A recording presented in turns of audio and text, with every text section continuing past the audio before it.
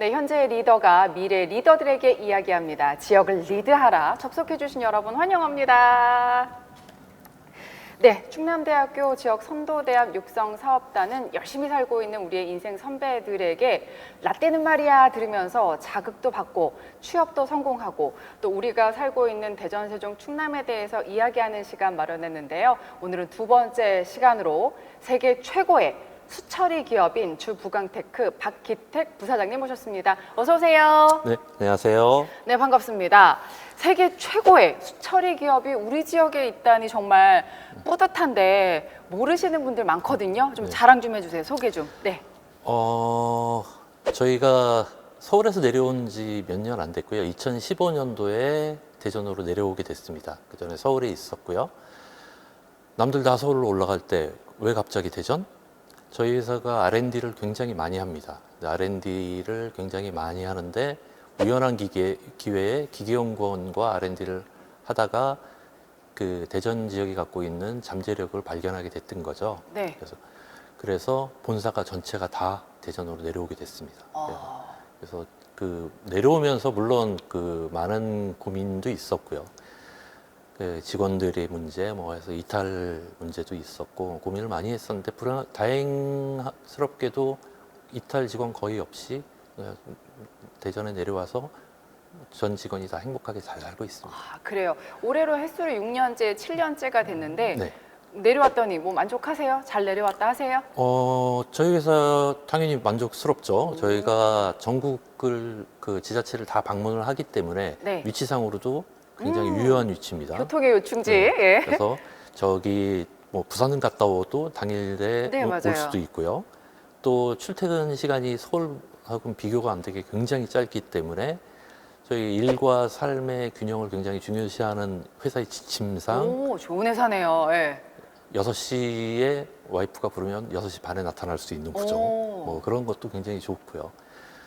그 서울 사시는 분들은 이해하시겠지만 주말에 어디를 가실 수가 없어요, 실제적으로. 맞아요. 엄청 막히잖아요. 예. 저도 서울에 있을 때 주말에 주중에 맨날 늦게 들어가고 뭐 출장 다니고 하다가 주말에 눈치 보여서 어디를 가려고 그러면 교통이 막히니까 꼼짝을 못하고 네. 결국은 집 앞에 있는 마트, 백화점만 갔다 오는 생활이었는데 저도 대전에 내려와서 2시간이면 어디든지 다 갈 수 있는 구조. 그래서 제가 잃었던 점수를 주말에 좀 따기 용이한, 가족과 시간을 보내기에 굉장히 용이한 구조도 있고요. 네. 말씀드렸듯이 R&D 하기에 굉장히 좋은 지역이라 제가 다른 분들한테 말씀드릴 때 그런 말씀을 드려요.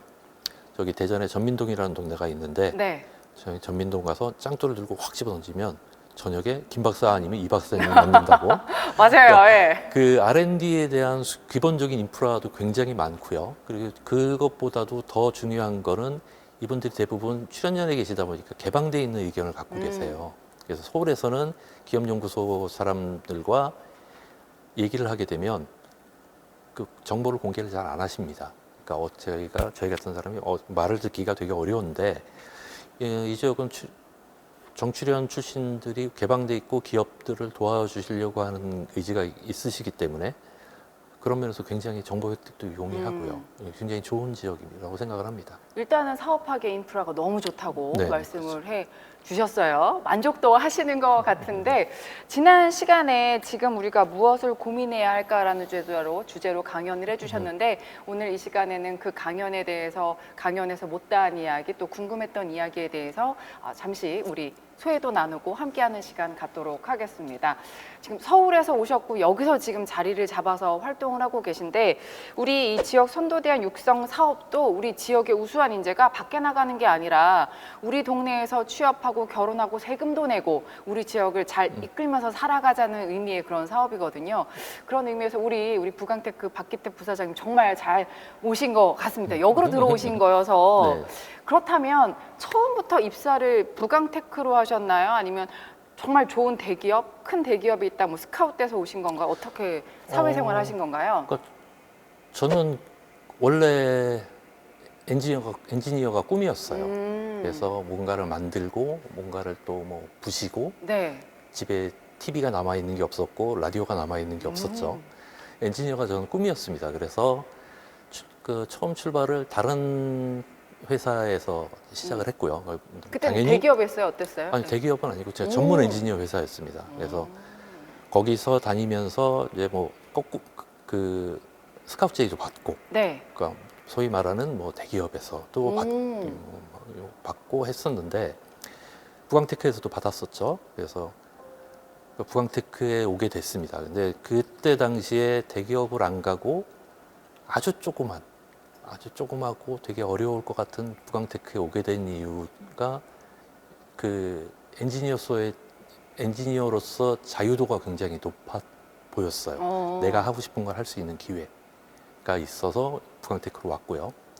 와서 결국은 제가 하고 싶은 일을 했습니다. 뭔가를 개발하기를 원했고 그 개발 기회가 와서 그 회사 돈을 가지고 그 개발을 시작을 해서 결론적으로 성공을 했습니다.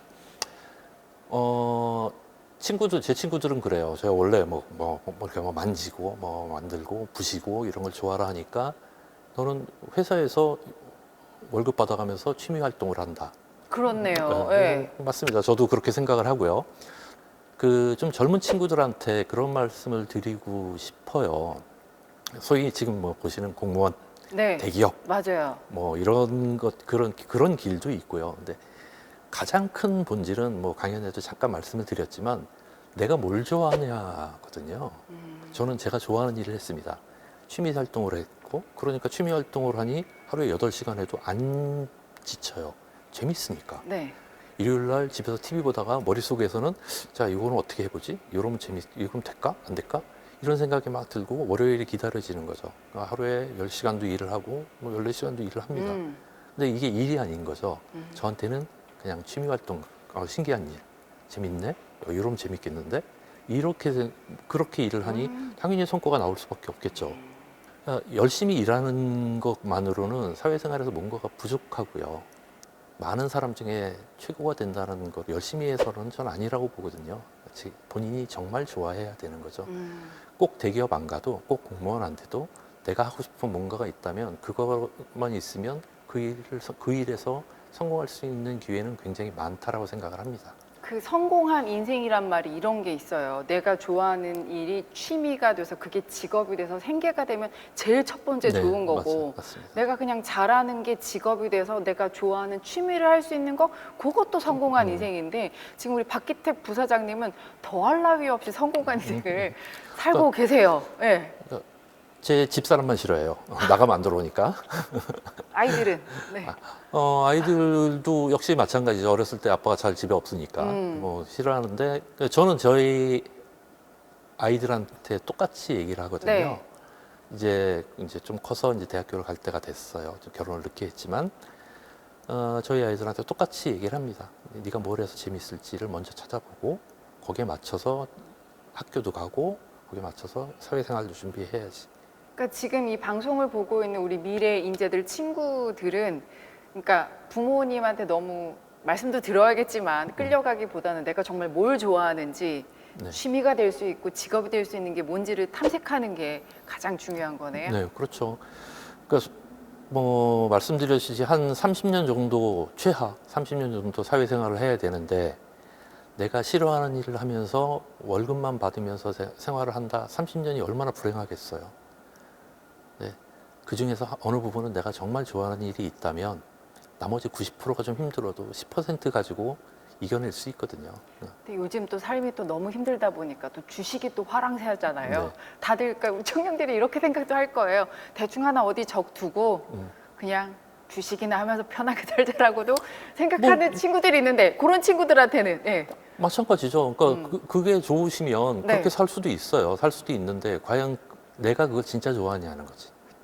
내가 진짜 그걸 좋아하는 거냐. 그러니까 저 같은 사람은 돈을 뭐 주식으로 돈을 많이 벌든 뭘 하든 내가 원하는 건 그게 아니잖아요. 네. 그러니까 지금 대기업을 가든 중소기업을 가든 어디를 가든 밥은 먹고 살아요. 이제 몸만 열심히 움직이면 뭘 해도 밥은 먹고 삽니다. 굶어 죽을 때는 아니죠, 이미. 저희 아들과 딸에게 하는 얘기, 아까 잠깐 말씀드렸듯이 딸내미가 미술 쪽으로 가기를 고민하면서 중간에 막 한 얘기가, 학원 선생님이 미술하면 가난해진대. 굶어 죽는다. 그래서 저한테 얘기했어요. 네. 그래서 제가 이제 그 얘기를 듣고 제 입에서 나온 얘기는 조금 가난하면 어때? 소고기 안 먹으면 어때? 돼지고기 먹으면 되지. 근데 그거 소고기를 먹기 위해서 네가 하기 싫은 일을 하면서 평생을 살 거야? 멋진 아빠인데요. 예. 전 이제 제 생각이니까 그렇게 얘기를 했고 결국은 엄마의 반대를 무릅쓰고 딸이 엄마랑 한바탕 붙고 결국은 이제 갔어요. 아. 물론 저는 집사람한테 혼났죠. 왜 아무튼 쓸데없는 지금 소리. 현재 진행 중인 거죠, 그렇죠? 미술을 하고 있는 중인 지금 거죠. 하고 있고요. 그래서 그 계획이 바뀌어도 저는 상관은 없다고 생각을 해요. 살면서 또 다른 목표가 생기면 바뀔 수도 있죠. 그 무슨 뭐 중요하겠어요. 근데 그 남들이 정해놓은 틀, 남들이 가는 방향대로 무조건 따라가는 거는 그거는 좀 아닌 것 같다라는 생각이 드는 거고요. 지금 젊은 친구들한테도 저는 저희 회사 신입사원들한테도 꼭 그 말씀을 드려요.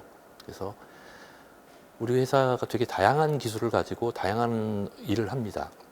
네, 신입사원 들어왔을 때 저희 회사 내에서 열심히 찾아봐라. 네가 재밌을 만한 일을 찾아보고 그 뭔가가 발견되면 거기 글리 보내달라고 그래라. 네가 어디 뭘로 들어왔든 상관없이 보내달라고 그래서 네가 열정을 갖고 할 수 있는 일을 해라. 근데 만약에 없다면 그만둬라. 너를 위해서. 그게 회사를 위하는 거다. 아니, 그냥 월급 받기 위해서 잡으로 직장을 다닌다는 게 얼마나 불행해요. 내가 하나도 재미없는 일을 하고 산다는 게. 그것도 장장 30년 정도를. 되게 큰 불행이거든요. 그래서 지금 물론 지금 젊은 친구들은 당장 취업하는 것도 굉장히 큰 고민이시죠. 그것을 일단 통과해야 돼요. 네, 예. 고민이신데 그 고민하시는 거를 말씀을 좀 들어보면 좀 더 안정된 직업을 얻기 위해서 대기업을 선호하시고 몇 개 안 되는 대기업에 가시려고 이렇게 하세요. 근데 과연 길이 그것밖에 없을까? 라는 생각을 많이 하고요. 제가 서울에 있다 대전에 내려오면서 이 지역에 계신 여러 회사들을 이렇게 봅니다. 그럼 그 다른 지역과 좀 다른 부분들이 있어요. 대전은 출연연에서 이렇게 나오셔서 조그맣게 사업을 하시는 분들도 많고, 그러니까 기술적으로는 되게 완성도가 높으신데 회사 규모가 작은 회사들이 굉장히 많이 있고요. 존경할 만한 분들도 많이 있습니다. 그래서 이런 분들이 규모의 경제에서 작은 것뿐이지 기술적으로 그런 건 아니거든요. 저처럼 좀 성격이 와일드하신 분은 대기업에서 시키는 일만 하는 게 불만족이신 분이 계실 거예요. 그런 분들은 하고 싶은 거 마음대로 할 수 있는 곳 쪽으로 가시는 게 훨씬 더 유리하고요. 굉장히 내성적이고 나는 그냥 시키는 대로 시키는 일만 열심히 하겠다. 이런 신분들이 대기업 가시는 게 맞는 거고 공무원 가시는 게 맞는 거죠. 그러니까 본인에 따라서 길을 달리하셔야 될 거라고 생각을 합니다. 지금 임원이신 거잖아요. 그래서 면접도 심사역으로 많이 들어가시죠, 관으로. 네, 예. 들어가죠. 그럴 때 그럼 우리 부강테크에 입사하려는 친구가 있다면 뭐라고 얘기를 어떤 인재를 뽑으세요? 딱 수많은 인재들이 왔을 때. 딱히 이렇게 뭐 단정할 수는 없습니다. 단정할 수는 없는데 일단 저희는 뭐 기술적인 뭐 전공이나 학교를 보지는 않고요. 그래서 그 사람이 기본적인 성품을 가장 먼저 보고요. 네. 제일 중요합니다. 그러니까 회사가 사람과 사람이 모여서 움직이는 동네이기 때문에 서로 문제가 생길 수 있는 부분이 인성적인 문제를 당연히 그걸 가장 먼저. 어떻게 보냐고요. 그 짧은 시간 동안 서류 스펙 쫙 다 걸고. 예. 압박 면접도 하고요. 네. 저희도 똑같이 보통 학교에서 많은 연습을 하고 오세요. 스터디 그룹 만드셔서 막 연습을 하고 오시기 때문에 그 기본적인 질문에 대해서는 다 디펜스를 하십니다. 그래서 어떻게든 당황하게 만들어서 네. 실수를 하도록 유도를 하죠. 네. 그러니까 이게 좀 나쁜 방법이긴 한데 회사 입장에서는 그래야 본심을 볼 수 있기 때문에 예를 들어서 한 3분이 면접이 들어오시면 면접관들은 한 6명이 들어가는 벌써 뭐 이렇게 해서 좀 이제 분위기를 그렇게 만들거나 여러 가지 얘기를 하다 보면 좀 이제 많이 하다 보니까 좀 이제 보이는 부분들도 있고요. 그래서 그런 거 기술적인 거는 사실은 어떻게 보면 나중 문제일 수도 있습니다. 와서 다 배우면 되니까. 근데 배울 자세가 안 돼 있는 사람한테는 답이 없는 거고요. 그래서 그 면접 단계에서는 이제 그런 것들이 가장 중요한 일이고요. 좀 한 가지 팁을 좀 드리면 네. 이런 거 중요해요. 네. 예. 좀 안타까운데요. 학점을 높이기 위해서 특히 공대 친구들이 그 일반 교양 과목들을 많이 들으셔서 점수를 높여서 오신 분들이 계세요. 그런 게 또 다 보여? 그것도 다 보세요? 성적표 다 보죠. 그럼 그러면 저희가 성적표만 보는데 그 과목까지 다 체크해요? 보죠, 봅니다. 그 성적이 나쁜 전공 과목을 많이 들은 친구를 더 선호를 하고요. 오히려. 네, 예, 일반 교양을 저희는 엔지니어 회사니까 일반 교양을 많이 들어서 성적을 높여오는 친구를 별로 안 좋아해요. 그러니까 이게 이제 그 친구들은 아마 그 전에 졸업했던 선배들의 말씀을 듣고 대기업 가려면 평균에서 학점이 뭐 4점 얼마가 돼야 돼, 뭐 이런 말씀만 듣고 학점을 높이기 위해서 선택하신 거죠. 그러니까 자기가 어디로 갈 것인지 방향을 안 정해 놓으시고 남들 하는 대로 똑같이 따라 하신 겁니다. 인사 담당자는 굉장히 어렵죠. 왜냐하면 뭐 2명을 뽑는데 이력서가 한 100장이 나와 들어옵니다. 네. 그럼 이걸 보고 이 친구는 무슨 판단 근거로 저희한테 올 때는 좀 줄여서 보내줘야 되니까 그러니까 뭘로 판단을 하겠어요. 그래서 자기 나름대로 판단을 합니다.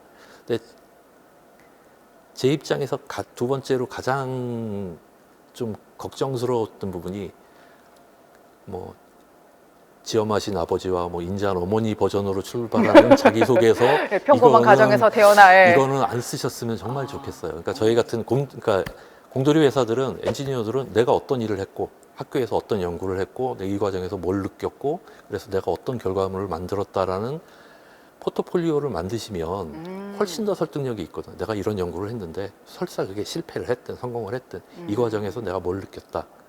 그런 사람들을 훨씬 좋아라 하죠. 그러니까 많은 회사들이 사실은 저희뿐만 아니고 많은 회사들이 그런 사람을 선호합니다. 저희 그 제일 유명했던 친구는 첫 해 지원했다가 떨어지고 네. 그 다음에 또 지원하고 그럼 보통 안 하는데. 그래갖고 세 번 3년째 다시 오셨어요. 그래갖고 이제 뭐 하셨냐 그랬더니 저희 회사와 관계 있는 출연연에서 위청연구원으로 저희 회사가 저희가 좋아할 만한 연구 테마를 가지고 연구를 하셔다 오신 거예요. 오, 멋지네요. 그러니까 이 상황에서는 안 뽑을 수가 없네. 야, 큰일 났다 이거. 이미 정원은 다 찼는데 네. 이 친구 안 뽑을 수가 없다. 어떡하냐? 뭐 어떻게 해요? 뽑아야지. 정원이 다 찼어도. 아니 정원을 누가 정하는 거예요? 그러니까 이렇게 열심히 준비하는 이런 인재를 어떻게 놓칠 수 있느냐가 되는 거죠. 회사는 네. 역시 회사도 똑같이 살아있는 생명체랑 같거든요. 뭔가가 정해져 있지만 그 정해져 있는 게 항상 끝까지 가는 건 아니거든요. 규칙에는 예외도 있는 거고 마찬가지입니다. 그래서 젊은 친구들이 그 취업을 걱정하시면 자기가 뭘 원하는지 다시 한번 고민을 해보시고요. 그래서 또 뭐 지역에 있는 작지만 강한 기업들이 있습니다. 그런 데서 출발하셔서 나중에 원하시면 대기업으로 스카우트 될 수 있는 충분히 자격이 되세요. 저희 회사도 그 대기업으로 스카우트돼서 가셨던 분들도 많고요. 또 돌아오신 분들도 많이 있습니다. 그래서 그리고 대기업 가서 한 30대, 40대 정년 명예퇴직 하느니 네, 그렇죠. 우리 지역에서 지금 부강테크 같은 경우는 복지도 엄청 좋다고 들었거든요. 요런 데서 살면서 우리 엄마, 아빠, 부모님 같이 모시고 살면서 여기서 세금 내고 여기서 아이 낳고 키우면 가장 좋은 거네요. 그러니까 저희 회사가 좋은 거는 뭐 복지 뭐 급여 이게 아니고요. 네. 본인이 할 수 있는 일을 하고 싶어 하는 일을 회사에서 찾아주려고 노력을 합니다. 그게 사실은 가장 큰 거고요. 뭐 급여나 나머지 복지 시스템은 거기에 대한 부수적인 과정인 거죠. 지금 부사장님께서 말씀하신 이 답변이 제 다음 질문이 부사장님께서 생각하는 지역 가치 창출이라는 건데 이미 답변이 됐어요. 그렇죠. 우리 학생들이 자기가 하고 싶은 일을 하면서 지역에 살면서 즐겁게 사는 게 우리 지역 가치 창출이라는 건데 이렇게 맞아 떨어질 줄은 알았어요, 이게요? 네? 글쎄요. 그러니까 뭐 그 젊은 친구들이 좋은 회사 뭔지 모르니까 아마 초등학교 때 커서 뭐가 될래 대통령이요 네, 버전 과학자요, 이후에는 예, 연예인이요. 아무도 예. 그 친구들한테 그런 거를 물어보지 않았다고 하더라고요. 저희 회사 면접 올 때도 나중에 인생의 목표가 뭡니까? 인생의 꿈이 뭐예요? 그러면 회사에서 열심히 일하겠습니다. 그게 인생의 목표가 될 수는 없거든요. 저는 뭘 해서 뭐 아프리카에 나중에 은퇴해서 돈 많이 벌어서 아프리카에 자원봉사를 가겠다. 저희 회사는 상관이 없지만 인생의 목표를 갖고 가는 사람이잖아요. 이제 저희는 그런 사람들이 좋아요. 뭔가 뚜렷한 목표를 갖고 목표가 있어야 지금 어려운 걸 이겨내갈 수 있기 때문에. 그래서 지역에서 이렇게 뭐 대기업 가셔도 좋고요. 가셔도 좋은데 뭐 공무원 하셔도 좋고. 근데 그게 내가 진짜 좋아하는 건지 그냥 살기 위해서 돈을 벌기 위해서 하는 거라면 그거 말고도 다른 방법 되게 많은데 내가 재밌을 수 있는 재밌는 일을 하면서 돈을 벌 수 있는 게 굉장히 많은데 왜 그렇지? 라는 생각을 저는 조금 하고 있는 편입니다. 지금 부사장님 대전에 오신 지 한 5, 6년 정도 네. 되셨어요. 그동안 사시면서 우리 부사장님이 자랑하고 싶은 대전의 명소가 있다면 어디가 있을까요? 저는 뭐 좀 일에 관련돼 있는 문제이긴 하지만 저 특구 지역, 유성, 뭐 네. 특구 지역을 추천을 드리고요. 외국에서 이렇게 손님이 오셨을 때 이렇게 일부러 특구 쪽으로 이렇게 좀 약간 돌아서 회사로 들어갑니다. 보여드리려고. 이렇게 좀 보여드리면 미국에서 오신 분들도 여기는 어디냐? 왜 이렇게 그러니까 뭐 도로도 크고 나무도 네. 예쁘고 좋죠. 그러니까 한 번씩 이렇게 일부러 조금 돌아서 회사를 들어가기도 하고요. 그 뭐 경치, 뭐 공원 뭐 다 마찬가지고요. 그리고 또 이렇게 아까 말씀드렸던 그 지역 특구를 채우고 있는 출연진들의 이제 사람 그 공유되어 있는 그 기술적인 걸 공유할 수 있는 이런 인프라 이런 네. 것들이 굉장히 큰 자랑이라고 생각을 합니다. 뭐 이거는 전국에서 네. 대전만이 갖고 있는 독특한 그 R&D 문화라고 저는 생각을 하고요. 이게 아마 대전 지역에 갖고 있는 가장 큰 장점이라고 생각을 합니다. 뼛속까지 공돌이에 뼛속까지 우리 기술회사 CEO님이십니다. 임원이신데 그러면 우리 지역 선도대학 육성 사업이 지역의 인재를 외부로 나가는 걸 막기 위해서 우리 지역에서 다 해결하자는 거잖아요. 그렇다면 우리 지역의 대학교는 우리 그럼 어떤 인재의 역량을 길러야 하는 걸까요? 제가 엔지니어로서 가장 크게 당황했던 부분이 예전에 네. 경영자들하고 커뮤니케이션이 잘 안 된다는 걸 느꼈어요. 왜 내 말을 못 알아듣지? 네. 우리 회사 사장님은 왜 내 말을 못 알아듣지? 근데 지금 와서 생각해 보니까 제가 멍청했던 거예요. 왜요?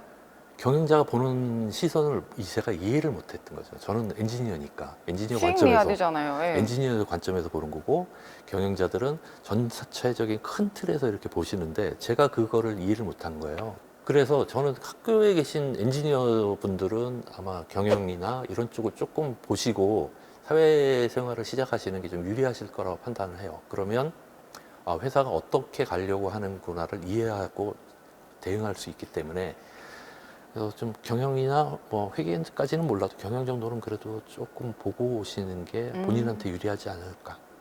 죄송합니다. 제가 공대리 출신이라 자꾸 이쪽으로밖에 얘기가 안 나가네요. 너무 이게 뼈가 되고 살이 되는 이야기인데 공대 출신이어도 경영이나 마케팅 쪽은 기본적으로 보고 오는 게 그렇죠. 학교에서도 그렇게 교육을 받고 오는 게 중요하네요. 네, 중요합니다. 그래서 그냥 엔지니어가 엔지니어로서 삶을 끝내지는 않거든요. 보통 이제 엔지니어로 출발해서 어느 정도 성장을 하면 뭐 테크니컬 매니지먼트 역할을 하게 되고 뭐 테크니컬 세일즈 하다가 뭐 관리자로 이런 식으로 성장을 하고 있고요. 그게 그 가장 바람직한 CEO 상입니다. 그러니까 기술자 출신이 그 회사 관리자가 되는 게 기술적인 부분을 다 알고 중간 단계에서 경영이나 이걸 다 했다는 얘기이기 때문에 그게 굉장히 중요한 문제이고요. 외국에서 그런 사례들은 굉장히 많고요. 우리 그러면 부강테크도 이제 98년에 창립을 해서 20여 년이 넘어가는 네, 회사예요. 네. 그럼 부강테크 부사장님이신데 우리 그러면 대전에 오신 지도 한 5, 6년 되셨고 그럼 지역의 인재 육성을 위해서는 어떤 일을 하고 계신가요? 좀 거창한가요? 네. 별로 그렇게 거창하지는 않고요. 네. 저희 내부 직원들에게는 뭐 석박사를 공부할 수 있도록 지원을 합니다. 그래서 지원을 하고 네. 문제 외부에 이제 학교에 아직 학생이신 분들은 뭐 인턴이나 이런 프로그램들이 좀 있더라고요. 그래서 그런 걸 좀 활용을 하는데 아직 저희도 뭐 일반 학교에 계신 분들하고 많은 접촉을 하거나 하지는 못했어요. 그래서 저희도 좀 그 생각은 있으나 미처 좀 더 다가가지 못한 부분이 있습니다. 그래서 그런 부분을 제안을 해주시면 저희도 지역 사회를 위해서 뭔가 공헌할 수 있는 방법을 더 찾도록 하겠습니다. 예. 이제 부강테크가 뭐 미국으로 이미 진출을 하셨고 시장 잠식을 위해서 노력하신다고 했는데 그래도 대전은 거의 이제 고향일 수도 있잖아요. 근거지일 수도 있는데 그렇다면 우리 부사장님에게 대전이란 저 원래 서울 깍쟁이였고요. 서울에 있었으니까. 깍쟁이처럼 안 보이시는데요. 서울 깍쟁이였는데 지금은 이제 고향을 대전으로 하려고요. 그래서 뭐 일하는 것도 그렇고요. 그러니까 개인적인 뭐 가족과의 시간을 보내기에도 굉장히 좋습니다. 그래서 주변에 공원이 너무너무 많아서 이거 어디를 어떻게 가야 될지를 처음에는 되게 당황했었고요. 서울 사람 입장에서 대전에 처음 내려왔을 때 느꼈던 거는 공원에 사람이 없어요. 여유 있죠, 사람 한가하고. 너무 없어요. 이거 어디 가지 사람들이? 서울은 뭐 갈 데가 없으니까 보글보글하잖아요. 예. 한강 공원에 뭐 이렇게 모여 있는데 왜 이렇게 사람이 없지? 대전 사람들은 공원 안 좋아하나? 그랬더니 사람보다 공원이 많았던 거죠. 그러니까 너무너무 여기에 살기 좋은 동네에서 저는 나중에 은퇴해서도 그냥 대전에 있을 생각이고요. 그래서 이제 그러니까 인생의 절반을 뭐 서울에서 이렇게 살았다면 나머지 절반은 대전에서 살려고 생각을 하고 있습니다. 네, 오늘 현재 리더가 우리 미래 리더에게 지역을 리드하라라고 얘기를 해 주셨습니다. 앞으로 우리 충남대학교 지역 선도사업 육성 사업단과 함께하는 지역을 리드하라와 함께 정말 미래를 이끌어가는 훌륭한 인재로 성장해 나가시길 기원하겠습니다. 오늘은 여기서 인사드리도록 하겠습니다. 고맙습니다. 감사합니다. 예, 감사합니다.